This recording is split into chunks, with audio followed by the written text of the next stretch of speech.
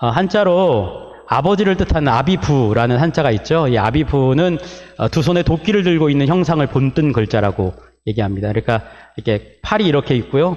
이렇게 뒤에 이렇게 있잖아요. 그 도끼를 들고 있는 형상이래요.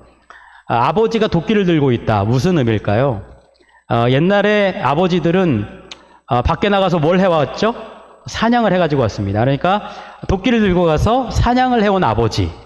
또 밤에 추우니까 뭘 해가지고 왔을까요? 도끼로?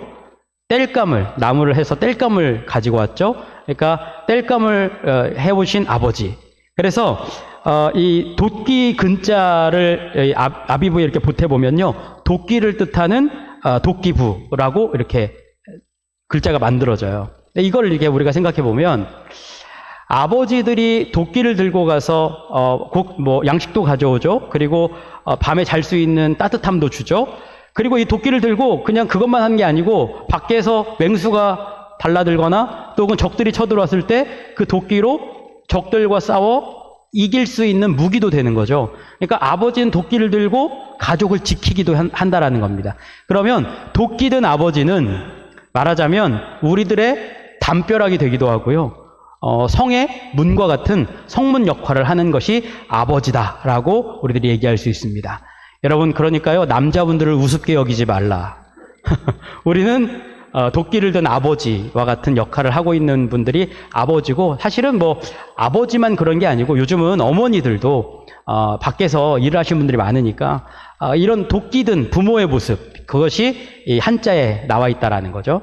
근데 이제 오늘 우리가 읽은 말씀에 보면 맥추절에 대한 말씀이 나와 있는데, 저는 맥추절에 대한 말씀에 이 아버지의 마음이 가득 담겨져 있는 것 같아요. 근데 여러분, 맥추절이 아버지, 맥추절 아버지, 이게 별로 이렇게 좀 낯설어요. 조합이 별로 맞지 않는 것처럼 보입니다. 여러분, 맥추절 하면 뭐가 가장 먼저 떠오르십니까? 맥추절. 예. 일부 때도 이렇게 속닥이기만 하시고요. 정확하게 얘기는 안 하셨어요. 예. 보리나 혹은 밀, 이런 거가 척거, 이렇게 우리가 이런 게 생각나잖아요. 그런데 맥추절은 아버지랑 연관이 있어요. 어떤 의미가 여기에 담겨져 있을까? 말씀 한번 같이 보도록 하겠습니다. 자, 우리가 지금 오늘 만난 이 출애굽기는 어디에 속해 있는 말씀이냐면 모세오경에 속해 있고요. 이스라엘 사람들은 모세오경을 뭐라고 부르냐면 토라라고 불러요. 토라는 율법을 얘기하는 거거든요. 근데 왜 이게 율법으로 번역이 됐는가? 토라에 보면요, 내용이 거의 긍정명령, 하라, 부정명령, 하지 마라, 이게 주를 이루고 있어요. 그러니까 해라, 하지 마라, 그러니까 그게 꼭 법처럼 생각되잖아요. 그러니까 우리나라 사람들이 이걸 옮기면서 율법이라고 번역해서 옮긴 겁니다. 근데 여러분, 법하면 당장 어떤 게 생각이 듭니까? 법하면 뭔가 의무감이 느껴지고, 이거 안 지키면 벌 받는 걸로 느껴지죠. 예전에 제가 자동차를 운전하다가 이렇게 가는데 저는 잘못한 게 하나도 없는데 경찰이 저를 잡아요.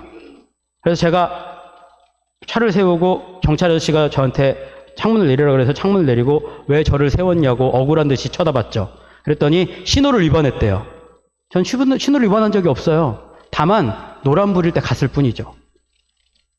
노란불에서 빨간불로 바뀔 때 갔던 저를 잡은 겁니다. 저한테 얘기를 하시기를, 이거 신호 위반은 많이 나오니까 제가 안전벨트 위반으로 그냥 과태료 좀 할 테니까 좀 내십시오. 그러니까 제가 그때부터 트라우마가 생겨서 경찰 아저씨를 보면 피해 다닙니다.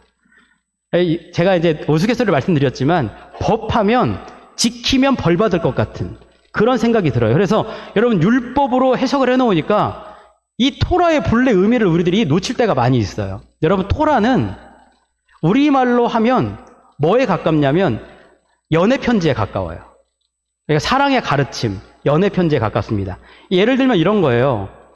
지금 출애굽했잖아요. 이 사람들이 하나님의 인도하심을 받아서 원래 노예로 살던 사람들이 이제 하나님의 자녀가 됐어요. 그러면 하나님의 자녀가 하나님의 자녀답게 행복하게 살려면 어떻게 살아야 되는지에 대해서 하나님이 사랑을 담아서 편지를 보낸 게 바로 토라예요.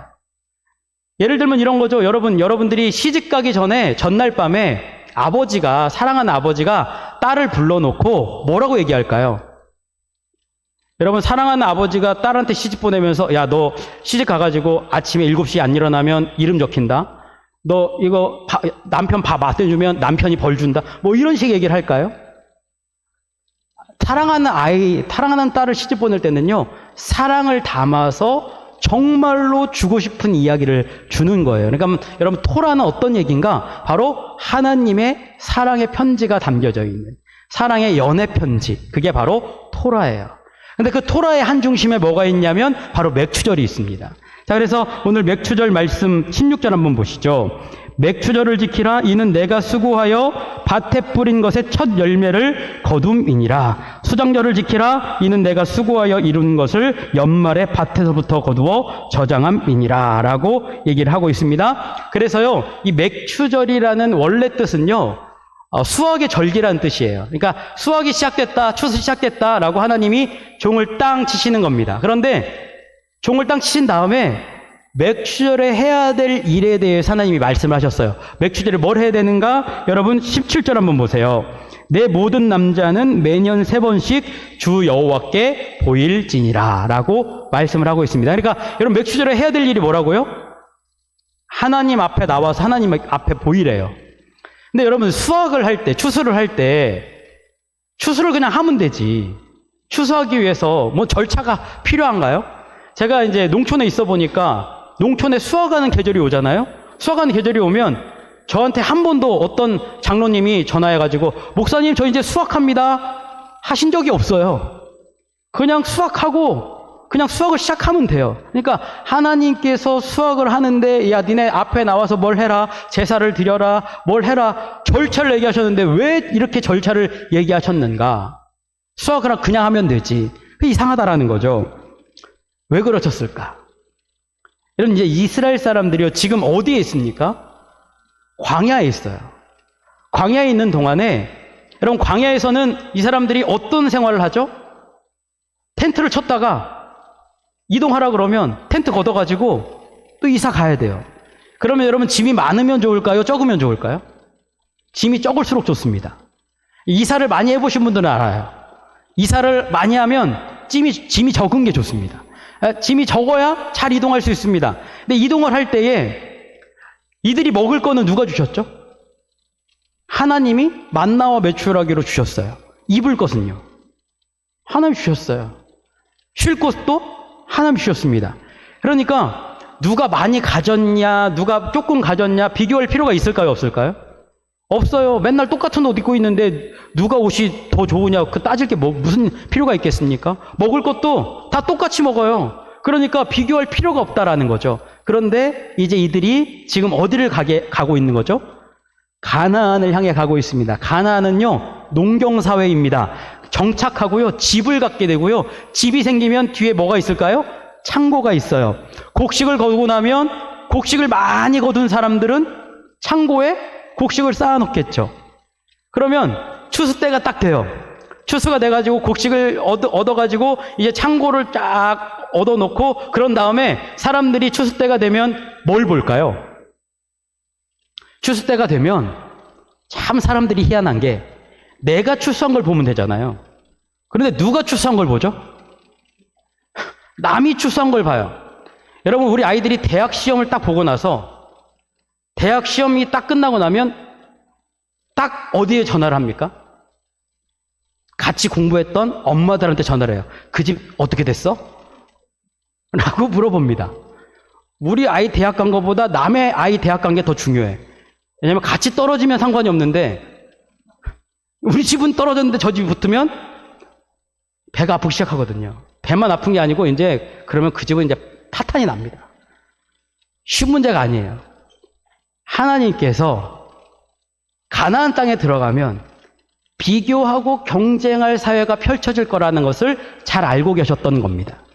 그러니까 여러분, 사람이요, 비교하기 시작하잖아요. 그럼 경쟁합니다. 경쟁하면요, 경쟁하는 사람들은 쉴 수가 없어요. 아시죠? 여러분, 우리가 조금 내가 그냥 차 가졌을 때 좋아요. 근데 누군가가 나보다 차를 더 좋은 차를 타잖아요? 그럼 내 차가 왠지 후져 보여요. 그래서 이 차가 더 좋아지기 위해서 더 열심히 또 살아가야 돼요. 그러니까 이런 삶이 계속 반복되다 보면 쉴 틈이 없습니다. 이게 인간들의 현실이라는 것을 하나님이 잘 알고 계셨어요. 여러분, 신경숙 씨가 쓴 엄마를 부탁해라는 소설이 있습니다. 그 소설에 보면 큰딸이 엄마한테 물어봐요. 부엌에만 맨날 있으니까 엄마한테 이렇게 물어봐요. 엄마는 부엌이 좋아? 라고 물어봐요. 그러니까 엄마가 이렇게 대답하죠. 엄마 박소녀, 부엌을 좋아하고 말고가 어딨냐? 해야 하는 일이니까 했던 거지. 내가 부엌에 있어야 너희들이 밥도 먹고 학교도 가고 그랬으니까. 사람이 태어나서 어떻게 좋아하는 일만 하면서 사냐. 좋고 싫고 없이 해야 하는 일이 있는 거지. 그리고는 비밀스럽게 이렇게 소곤거리면서 얘기해요. 항아리를, 뚜껑을 깬 적이 여러 번이었단다 라고 얘기를 해요. 우리가 삶을 살아가는데 여러분, 좋고 싫고 없이 해야 되는 일을 하면서 사시잖아요. 여러분, 돈 벌기 위해서 남들과 경쟁하는 거 하고 싶은 일입니까? 아니요. 그냥 어쩔 수 없어서 하는 거예요. 하고 싫어서 뭐 그거 따질 겨를이 없는 거예요. 그냥 해야 되는 일이에요. 내가 해야지만 누군가를 먹고 살릴 수 있으니까 그렇게 살아가는 겁니다. 그런데 그렇게 살다 보니까 숨 쉴 틈이 없어요. 끊임없이 경쟁해야 되고요. 월말 되면 실적이 딱 나와요. 그리고는 부장님 앞에 불려가가지고 너 실적이 왜 이 모양이냐 라고 혼나요. 그리고 몇 번 반복되면요, 잘려요. 그게 우리들의 삶인데, 그러니까 숨 쉴 틈이 없습니다. 그러니까 하나님께서 우리들에게 말씀하시는 겁니다. 어디로 나와라고요? 하나님 앞으로 나와와라. 있는 그대로 받아주시고 아무런 판단도 하지 아니하시고 너희들의 실적을 따지지 아니하시고 그냥 있는 그대로 아버지의 마음으로 딸에게 편지 보내듯이 사랑의 마음으로 너를 받아주시는 하나님 앞에 나아오라고 오늘 하나님께서 우리들에게 말씀하고 계시다라는 겁니다. 여러분, 맥추절은요 1년의 중심에 있잖아요. 그죠? 우리가 다음 주에 맥추절을 맞이하는데 하나님께서 여러분들을 하나님 앞으로 나아오라고 말씀하십니다. 몇 점 맞았는지 확인하시려고 나오라는 게 아니에요. 너 그동안 수고했으니까 아버지의 품으로 나아오라고 하나님께서 말씀하시는 겁니다. 여러분, 하나님 앞으로 나아가시기를 주님의 이름으로 축복합니다. 자, 이제 그 하나님 앞에 나아갈 때에 그냥 나아오라고 말씀하시지 않았습니다. 여기 보니까 19절 한번 보세요. 내 토지에서 처음 거둔 열매에 가장 좋은 것을 가져다가 너의 하나님 여호와의 전에 드릴지니라. 너는 염소 새끼를 그 어미의 저주로 삼지 말지니라 라고 얘기를 하고 있습니다. 자, 여기 보니까 뭘 가지고 오래요? 하나님이 처음 거둔 열매에 가장 좋은 것을 가져오래요. 그러니까 처음 결실을 맺으면 가장 좋은 것, 레쉬트라고 되어 있는 가장 좋은 것을 가져오래요. 근데 가장 좋은 것, 이것의 뜻이 뭔가 여기 보니까 위치상이나 지위상으로 볼 때에 으뜸이 되는 것이라는 뜻을 가지고 있어요. 그러니까 하나님께 가지고 올 때에 위치로 볼 때나 지위로 볼 때 가장 으뜸이 되는 것을 가지고 와라. 처음 거둔 열매 중에 가장 좋은 것, 최상의 것 가지고 와라 라고 말씀하시는 겁니다. 자, 여러분, 1년 우리가 2024년도 한 해 동안 6월 마지막 날입니다. 6개월 동안 하나님이 주신 거 분명히 있습니다. 그거 중에 뭐 가지고 오라고요? 가장 좋은 거 가지고 오래요. 그럼 여러분, 가장 좋은 것을 여러분들이 6개월 동안 가장 좋은 게 뭔지 확인해 볼 수 있겠죠. 그러면 가장 좋은 것을 확인하는 순간에 하나님은 그 첫 것이라는 것은 대표성도 가지고 있거든요. 그러면 이 가장 좋은 것은 누가 주신 걸까요? 하나님이 주신 것을 확인할 수 있는 시간이에요. 그러니까 여러분, 가장 좋은 거, 내가 가장 잘했던 거, 가장 으뜸되는 거 하나님께 가지고 와요. 근데 그거 헤아려 보는 순간에 이거 누가 주셨다고요? 하나님이 주셨구나. 그걸 확인하는 시간이 바로 그 시간 동안 되는 것이고요. 그걸 가져옴을 통하여서 하나님, 이것은 제가 한 것이 아니라 하나님이 하셨습니다. 내가 가지고 있는 거 바로 하나님 것입니다. 여러분, 우리 자녀들 소중하죠? 우리 자녀도 그러면 내 것이 아니라 누구 것이라고요? 하나님의 것입니다 라고 고백할 수 있는 그런 헤아림이 맥추절을 준비하는 기간 동안 우리들이 할 수 있는 은혜로 펼쳐지게 된다라는 거예요. 그런데 거기 보면요, 그거 이상의 의미가 거기에 담겨져 있죠. 여러분, 여기 뒤 말씀을 한번 보세요. 너는 염소 새끼를 그 어미의 저주로 삼지 말지니라. 그러니까 하나님께 가지고 오는데 가지고 올 때 사람들이 아마도 요리를 해가지고 가져왔던 것 같아요. 여기 삶다라는 이 단어는요, 요리하다는 뜻을 가지고 있거든요. 그러니까 삶아서 요리를 해가지고 오는데 요리할 때 뭘로 요리하지 말라고 말씀하시죠? 염소 새끼를 가지고 오는데 염소 새끼가 그 염소 새끼를 낳은 그 어미의 저주로 삶아오지 말래요. 여러분 한번 이게 잘 생각을 해보면 지금 자기 자식이 죽는데 자기 저주로 그 죽은 자식을 삶아가지고 가지고 오는 거 너무 반인륜적이고 너무 비참하잖아요. 그러니까 하나님께서 그런 거 하지 말라라는 겁니다. 이거 보면요, 하나님께서 하찮은 염소 새끼 하나에도 그것을 소중히 여기는 마음이 담겨져 있다라는 것을 성경이 보여주고 있는데, 이거 다른 말로 하면 이렇게 하찮은 염소 새끼도 하나님이 귀히 보신다면 하물며 하나님의 자녀된 너희들은 내가 얼마나 귀히 보겠냐라는 겁니다. 그럼 이제 이 장면을 우리들이 예를 들면 이렇게 쉽게 생각해 볼 수 있어요. 저희 아이들 셋이 있는데 그 중에 막내 우리 민재가 있습니다. 우리 아이가요, 공부를 썩 합니다. 그러니까 막 잘하지는 않아요. 그런데 이 아이가 정말 가끔 100점을 맞아가요. 100점을 맞으면 어떡할까요, 이 아이가? 100점을 맞으면, 이건 나만의 비밀이야. 그리고 100점짜리 시험지를 자기 혼자 간직하고 있는 게 아니고, 의도적으로 가방을 던지고, 그리고 100점짜리를 아무것도 아닌 듯 무심한 듯 책상에 딱 올려놓으면서 엄마 나 100점 맞았어 라고 얘기합니다. 여러분 100점 맞은 게 얼마나 자랑스러워 자기가. 그래도 자기 여기 와가지고 내가 100점 맞았다니까 얼마나 기쁨이가. 100점 맞았다고 막 자랑을 하는 겁니다. 그러면요 여러분 100점 맞은 시험지를 보고 그 아이도 기쁘지만 누가 더 기쁠까요? 엄마의 마음은 더 기쁜 거예요. 이 장면이 지금 그 장면과 똑같은 장면입니다. 여러분 우리가 6개월 동안 최고 잘한 거, 최고 으뜸 거 하나님께 해가지고 하나님 이거 하나님께 드리려고 가지고 왔어요. 그러면 여러분 하나님은 뭐라고 지금 네 생명 내가 보호해 줄 거야. 그러니까 다른 말로 하면 야 네가 그렇게 해가지고 왔는데 나는 얼마나 기쁘겠냐라고 하나님께서 말씀해 주신다라는 거예요. 그러니까 여러분 맥주절에 하나님께 여러분들이 거둔 거 마음껏 자랑하시길 바랍니다.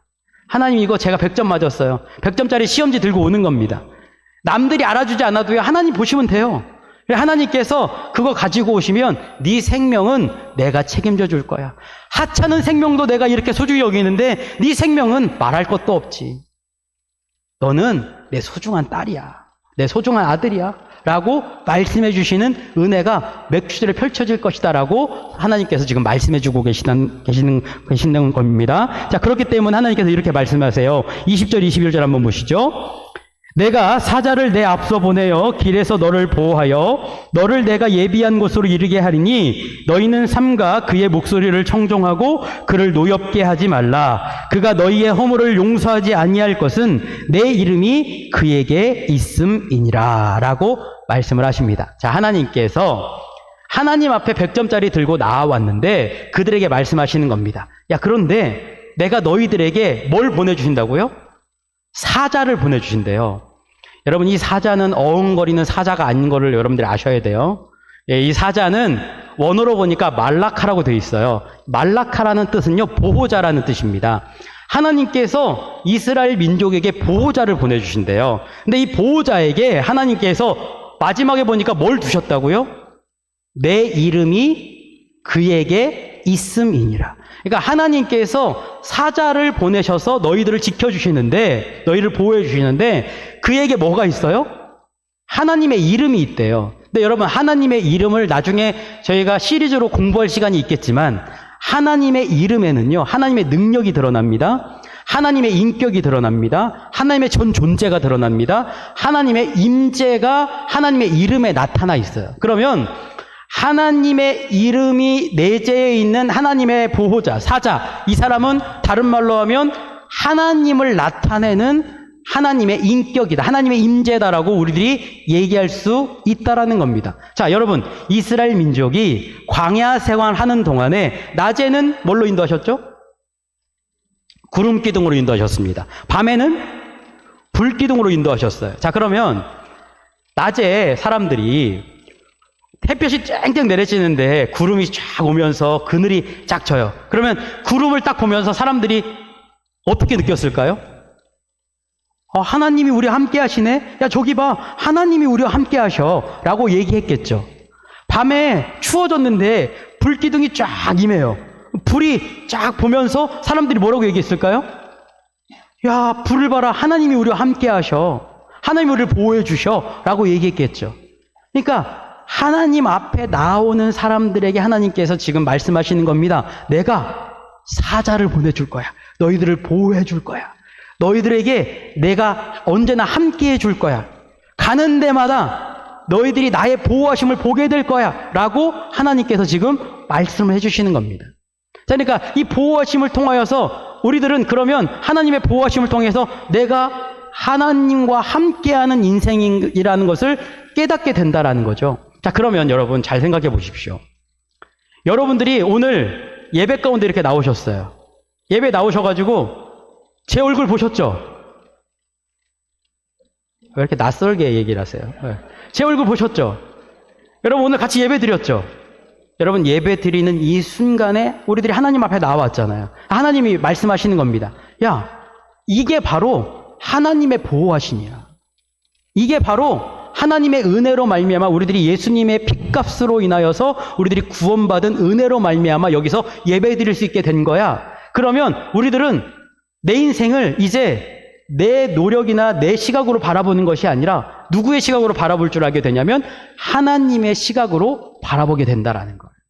그러니까 하나님 앞에 나왔을 때 주어지는 축복은 뭐냐면 하나님의 시선으로 우리를 바라볼 수 있게 되어진다라는 겁니다.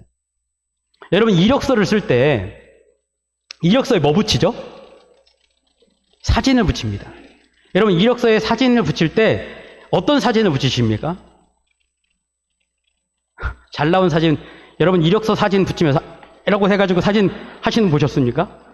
이력서 사진은요 항상 잘 나온 사진, 잘 나온 것뿐만이 아니고 잘 나왔는데 거기에다가 플러스 뭘 합니까? 사진사 선생님이 나 아닌 듯 이 사진을 봤는데 이게 내가 맞아?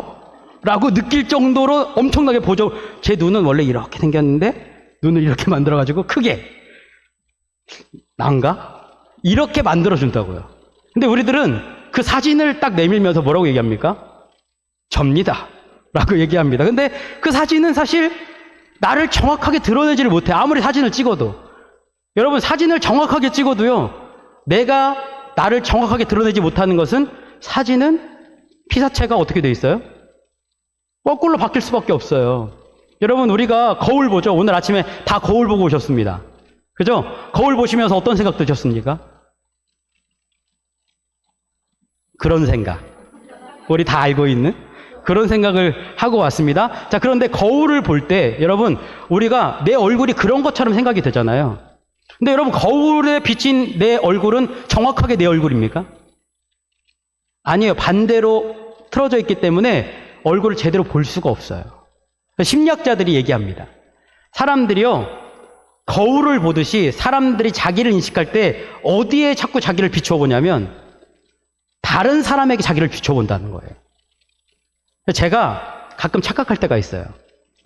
이제 이 차은우나 뭐 이런 사람들이 이렇게 옷을 입고 딱 지나가잖아요. 그러면 제가 저 옷을 입으면 내가 차은우처럼 되지 않을까? 너무 막 비웃으시는 거 아니에요? 비웃는 거 건강에 별로 안 좋습니다. 그러니까 자꾸 다른 사람에게 나를 비추어 보면서 그것이 꼭 나인 것처럼 착각할 때가 있다고요. 다른 사람들이 당신이 훌륭합니다, 위대합니다, 이렇게까지 하시 얼마나 노력이 가상하셨습니까? 막 얘기해주고 그러면 자기가 높은 사람인 것처럼 착각하게 된다고요. 그러면 왜곡된 얘기를 계속 들려주면 이 사람 어떻게 될까요? 왜곡된 자를 자기가 바라보게 된다라는 겁니다. 그런데요, 우리가 살아가는 현실 속에서 우리들에게 정확하게 애정이 담긴 언어로 우리들을 정확하게 표현해 주는 사람은 있나요, 없나요? 한 사람도 없어요. 다 나름대로의 욕망이 투영되어져 있는 왜곡된 시선을 우리한테 보낸다라는 거죠. 그런데 오늘 하나님께서 우리들에게 말씀해 주십니다. 내 품으로 와라. 내 앞으로 와라. 그러면 하나님은 우리들을 뭘로 바라봐 주실까요? 은혜의 눈으로 바라봐 주시는 겁니다. 그 은혜 안에서 하나님은 우리들을 태초의 천지를 우리들을 창조하시면서 우리들에게 뭐라고 말씀하셨어요? 보시니 참 좋았다. 그러니까 우리들을 은혜로 바라봐 주시고 우리가 은혜의 눈으로 나를 바라보는 순간 원래 하나님이 우리를 지으셨던 하나님의 섭리와 형상대로 우리를 정확하게 볼 수 있는 그런 눈이 생기게 된다라는 거예요. 여러분, 이런 시선을 가져야지만 건강한 삶을 살 수 있습니다. 이런 시선을 가지고 있어야 우리들이 진짜 생명 안에서 살아갈 수 있는 그런 은혜가 우리들에게 펼쳐지게 된다라는 거예요. 그러니까 하나님께서 우리들을 어디로 부르시냐면 자꾸 하나님의 앞으로 불러내시는 겁니다. 부르신 것뿐만 아니고요. 오늘 하나님께서 우리들 앞으로 부르시고 약속을 주셨어요. 자, 22절, 23절 한번 보세요. 내가 그 목소리를 잘 청종하고 내 모든 말대로 행하면 내가 내 원수에게 원수가 되고 내 대적에게 대적이 될지라. 내 사자가 내 앞서가서 너를 아모리 사람과 헷 사람과 브리스 사람과 가나안 사람과 히위 사람과 여부스 사람에게로 인도하고 나는 그들을 끊으리니 라고 나와 있습니다. 자, 여기 보니까요, 하나님께서 너희들을 내가 어떻게 해주겠다고요? 원수에게 원수가 되고 대적에게 대적이 될 거다라고 말씀해 주셨습니다. 그런데 여러분, 이 말씀은 여기에 나온 말씀이 아니고 하나님께서 창세기 12장에 아브라함에게 주셨던 약속의 말씀을 다시 확인시켜주는 말씀이에요. 자, 그러면 잘 생각해 보십시오. 아브라함이 하나님께서 아브라함을 부르실 때 뭐라고 말씀하셨죠? 너는 너의 본토, 친척, 오늘 굉장히 언짢은 일이 있으십니까? 넌 너의 본토, 친척, 아비집을 떠나라. 근데 아비집을 떠나라고 얘기하는 이 장면이 왜 중요하냐면, 여러분, 그 당시 고대 중동 지방 사람들은요, 아버지라는 가부장을 기점으로 해가지고 같은 직업으로 같은 공동체를 이루며 살았습니다. 아버지의 품을 떠나면요, 보호자가 없어져요. 그러니까 아버지를 떠난다라는 건 굉장히 중요한 일인데, 자, 이제 아버지를 떠나오니까 아버지를 떠나서 누구를 의지하며 지금 가는 거예요? 하나님 의지하며 가는 겁니다. 그러면 아브라함의 아버지는 이제 누가 되어주실까요? 하나님의 아버지가 되어주시는 겁니다. 그러니까 아버지가 되어주신 하나님께서 너 걱정하지 마. 너를 대적하는 대적을 내가 대적해 줄 거야. 너를 싸우는 원수들을 내가 대신 싸워줄 거야. 너의 보호자가 되어줄 거야. 라고 아브라함에게 약속의 말씀을 주셨는데, 그 약속의 말씀을 지금 가나안 땅을 향해 가고 있는 이스라엘 민족에게 똑같이 그 말씀을 주시는 겁니다. 내가 너의 뭐가 되어주신다고요? 아버지가 되어줄 거다. 내가 너희들의 아버지가 되어줄 거다. 라고 말씀해 주시는 겁니다. 말하자면 도끼를 들고 있는 아버지처럼 너희들을 양식도 먹여주고 너희들을 보호도 해주고 대신 싸워주는 그런 아버지가 될 거다라고 말씀해 주시는 겁니다. 그래서 여러분, 25절 한번 보세요. 내 하나님 여호와를 섬기라. 그리하면 여호와가 너희의 양식과 물에 복을 내리고 너희 중에서 병을 제하리니. 자, 여러분, 아버지 하나님이 첫 번째로 뭘 주신대요? 양식을 주신대요. 두 번째는 물을 주신대요. 이스라엘 사람들이요, 가나안 땅에 들어가면 분명히 양식을 많이 가지고 있고 물을 저장하고 있는 수많은 부자들을 보게 될 겁니다. 그러면 그들이 섬기고 있는 신들이 있을 거 아니겠습니까? 바알과 아세라, 풍요와 다산의 신. 그러니까 야, 저 신들이 저걸 주나? 생각하겠죠. 그런데 하나님께서 말씀하시는 겁니다. 이제 내가 너희 아버지가 되어주셔서 그들의 양식, 먹을 건 누가 책임져 주신다고요? 하나님 책임져 주신대요. 물은요, 하나님이 책임져 주신대요. 이스라엘 성지순례 가보신 분들은 물이 얼마나 귀한지 아실 겁니다. 그런데 그 물을 누가 주신다고요? 하나님이 주신대요. 더군다나 여기 보니까 뒤에 뭐라고 나와 있냐면 너희 중에서 뭘 제해 주신다고요? 병을 제해 주신대요. 여러분, 이스라엘 사람들이 지금 광야 생활을 하면서 집단 생활합니다. 집단 생활할 때 가장 위험한 게 뭘까요? 전염병이에요. 전염병이 제일 위험하죠. 병에 걸리면 다 죽습니다. 또 가나안 땅에 들어가서 정착하게 되면 그들에게 가장 위험한 건 또 뭘까요? 풍토병. 이게 위험합니다. 그런데 하나님께서 그 병들로부터 그들을 지켜주신대요. 그러니까 이 생명은 지금 누구에게 달려있는 겁니까? 하나님께 달려있대요. 그런데 제가 정말 은혜가 됐던 건 뭐냐면 이 병에 대한 하나님의 보호하심이 육신적인 병만을 얘기하는 것이 아니라 이 병에 뭐까지 포함되어 있냐면 마음의 병도 포함되어져 있다는 거예요. 자, 이건 이런 얘기죠. 이스라엘 민족이 가나안 땅에 들어갔더니 거기에 자기보다 부자인 사람들이 많아. 그러니까 야, 나 저 더 많이 가지려면 더 열심히 노력해야 되겠네. 더 열심히 달려야 되겠네. 더 경쟁해야 되겠네. 더 내가 노력해야 되겠네. 그러면서 쉬지 못하고 계속 자기를 채찍질하고 채근하고 그러면서 거기에서 자기를 가만히 내버려 두지 않으면 안 될 것 같은 그런 마음이 드는 거예요. 그러니까 계속 달려가는 거죠. 쉬지를 못해요. 여러분, 사람이 경쟁하고 질주하고 쉬지 못하면 어떻게 될까요? 마음의 병이 와요. 여러분, 우리가 이 현대 사회에 이렇게 수많은 우울한 마음과 또 여러 가지 어려운 마음들로 병들어 있는 사람들이 왜 이렇게 많아졌습니까? 물질주의로 우리들에게 계속 얘기하는 겁니다. 더 많이 가지라고, 더 넓은 집에 살라고, 더 좋은 차 사라고 우리들에게 계속 경쟁을 부추깁니다. 그러니까 사람들의 마음이 병들게 되는 겁니다. 근데 하나님께서 말씀하시는 겁니다. 너희들의 인생은 누가 책임져 주신다고요? 하나님이 책임져 주신다. 너희들의 병도 내가 제하여 줄 거다. 아버지 하나님이 여러분들을 보호해 주신 것을 믿으시기를 주님의 이름으로 축복합니다. 여러분들의 인생은요, 주님 손에 달려 있어요. 아버지 되신 하나님께 달려 있음을 여러분 기억하시기를 주님의 이름으로 축복합니다. 여러분, 그뿐만이 아니에요. 여기 보니까 26절 한번 보시죠. 내 나라에 낙태하는 자가 없고 임신하지 못하는 자가 없을 것이라 내가 너의 날수를 채우리라. 자, 광야 생활을 하는 이스라엘 민족의 자손들이 많을까요? 아니면 정착해서 집도 있고 편안한 삶을 살아가는 가나안 사람들의 자손이 많을까요? 가나안 사람들 자손이 훨씬 더 많겠죠. 근데 그들이 섬기는 신이 아까 제가 뭐라고 말씀드렸죠?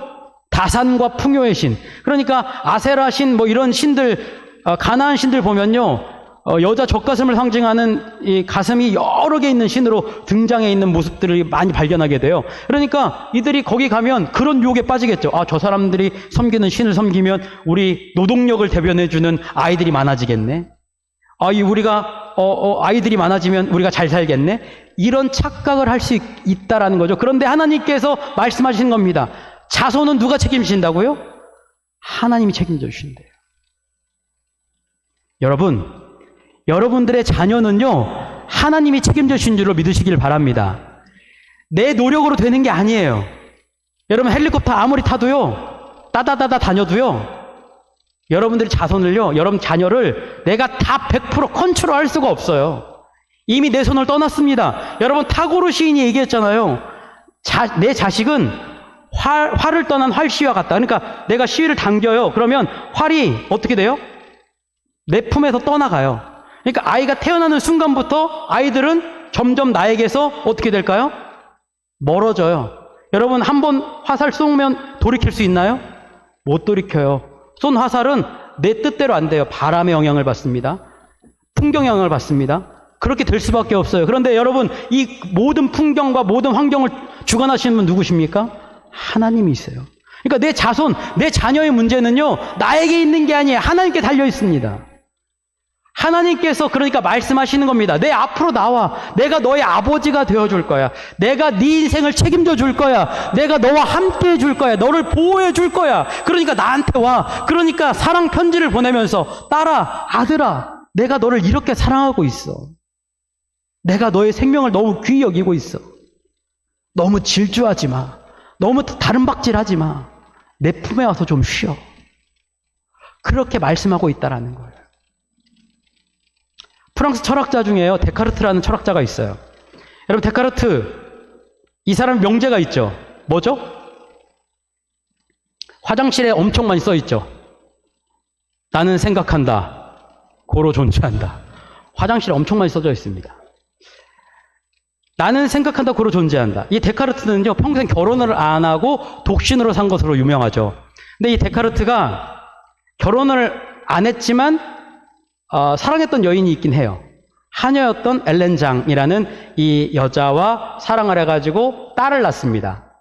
프랑신이라는 딸을 낳는데 이 딸 아이가 결혼을 하지 않았으니까 밖에 나가면 말하자면 사생아처럼 사람이 놀리는 거예요. 야, 너는 아빠도 없는데 어떻게 태어났냐? 사람들은 다 아는 거죠. 근데 다 아는데 놀려먹는 거예요. 너 아빠도 없는데 너 어떻게 태어났어? 그러면 이 꼬마아이가 마음이 속상하잖아요.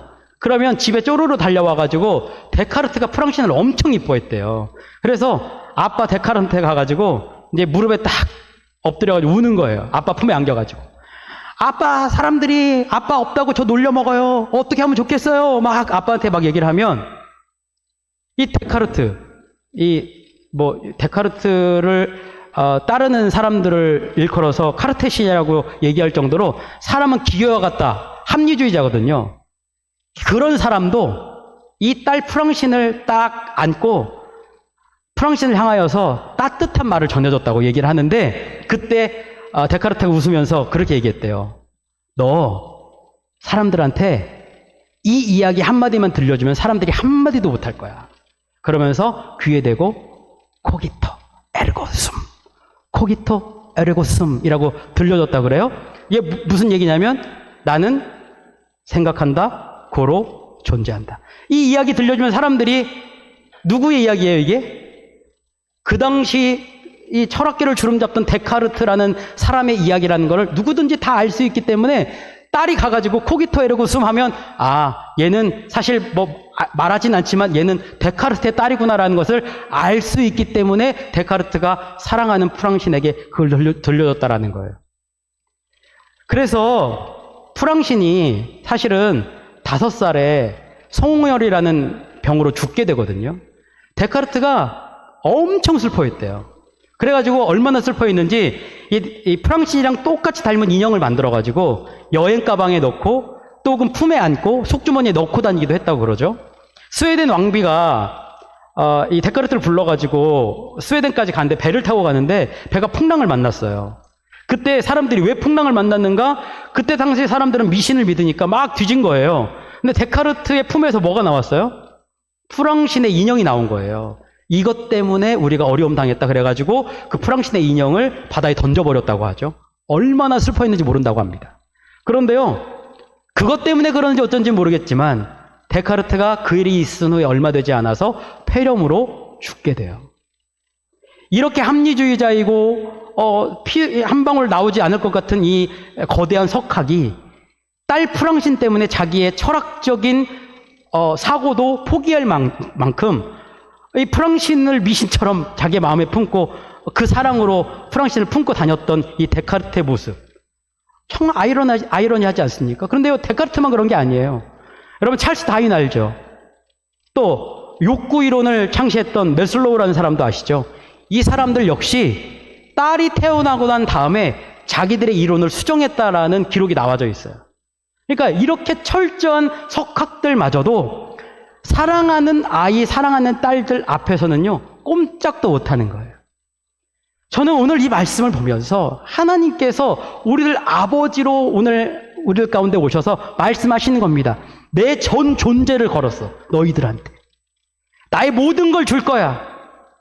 내가 너희들의 인생을 책임져 줄 거야. 내가 너희들과 함께 해줄 거야. 너희들 앞서 보호자. 너희들을 보내서. 그리고는 너희들을 지키고 너희들에게 양식도 주고 마실 물도 주고 너희들의 자손도 책임져 주고 내가 너희들의 모든 것들을 책임져 주는 너희들의 아버지가 되어줄 거야. 너희들의 살림살이는 너희들이 달려있는 게 아니야. 내가 너희들을 살려낼 거야. 너희들의 살림살이를 내가 책임져 줄 거야 라고 하나님께서 말씀해 주신다라는 것입니다. 여러분, 6개월 동안 수고가 많으셨습니다. 그런데요, 여러분, 여기까지 오게 된 것은 하나님이 여러분들의 살림살이를 책임져 주셨기 때문에 오늘 여기까지 올 수 있었습니다. 우리가 다음 주에 이제 맥주절을 맞이합니다. 그 정점에서 우리들의 인생을 살려내신 그 하나님께 여러분들의 인생을 모두 맡겨드리면서 오늘 아버지 되신 하나님을 의지하고 그 아버지의 품 안에서 여러분들의 모든 삶을 주님께 맡겨드릴 수 있는 믿음의 백성들 되시기를 주님의 이름으로 축복합니다.